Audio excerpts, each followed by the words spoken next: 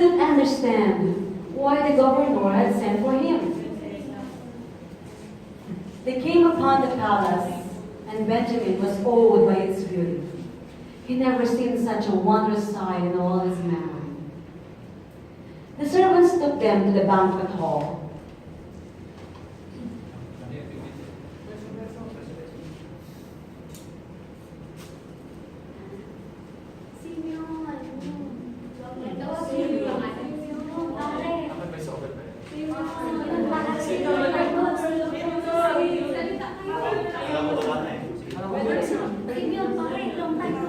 And the governor was to meet them. They were surprised to find a lavish feast had been prepared.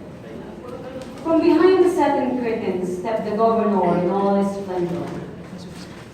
When he asked how their father was, they wondered why he was here.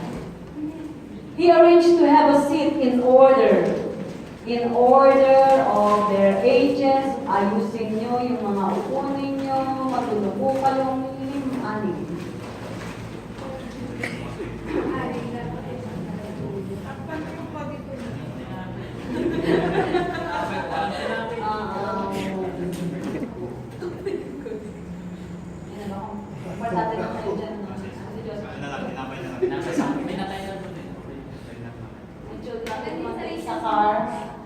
Gitna, Judah and Jose, Simeon. Kunti lang dito.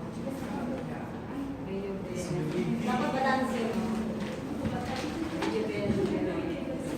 Kaya kaayos ha, yung spaces ni Bigwin ha, ayos. From behind the satin curtains, kumakain kayo, lavish piece yan. When he asked, they couldn't understand and they were all astonished that he would even know.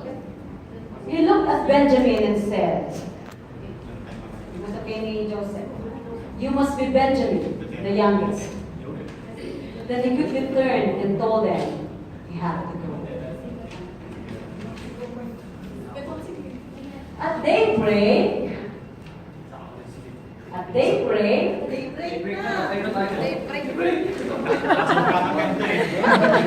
they departed with their loaded sacks of grain.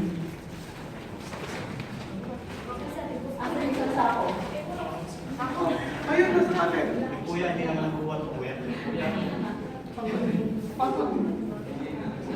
Sabay-sabay na. Hintayin ko kayong umikot. Huwag niyo hintayin ko kayong umikot nga.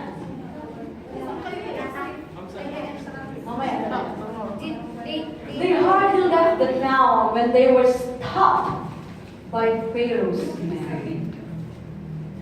When they opened Benjamin's sack and found the governor's silver cup, and they arrested them and took to the governor's house again. All the brothers fell before Joseph, and they begged to show him mercy. The governor made his servant weep. Emotion filled his voice. There's no need to be afraid, he said. I am your brother, Joseph.